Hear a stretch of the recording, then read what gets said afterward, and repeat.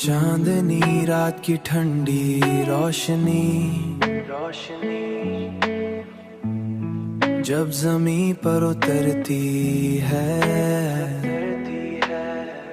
और सितारे आसमां पर किसी खामोश दुआ की तरह चमकते हैं, तो दिल के अंदर एक अजीब सी बेचैनी जाग उठती है।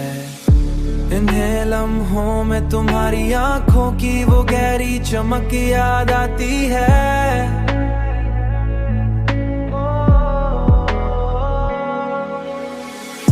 जो कभी मेरी दुनिया की सबसे रोशन हकीकत थी, मैंने बहुत चाहा कि इस याद को दिल से मिटा दूं, मगर मोहब्बत की यादें शायद कभी खत्म नहीं होते,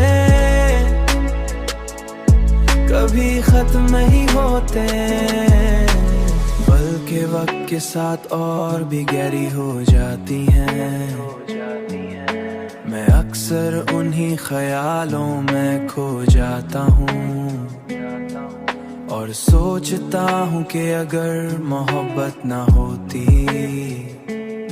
तो शायद दिल इतना दर्द महसूस न करता।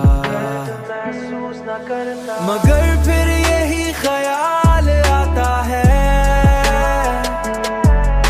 कि अगर मोहब्बत ना होती तो जिंदगी में वो रोशनी भी ना होती जो तुम्हारी मौज कोई ने मुझे दी थी।